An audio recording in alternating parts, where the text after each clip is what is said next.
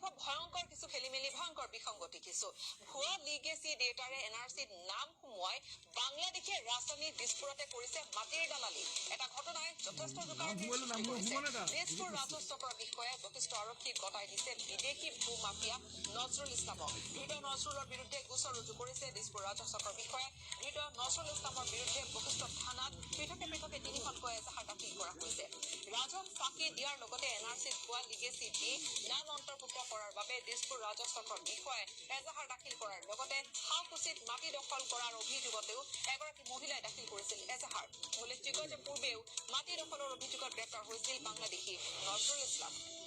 ডাঙৰ প্ৰশ্নটো যে এজন বাংলাদেশীয়ে কি ধৰণে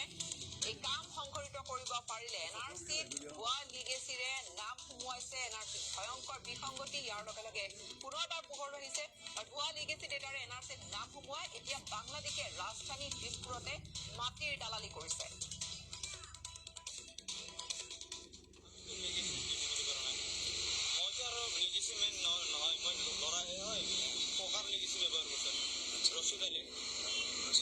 আমাৰ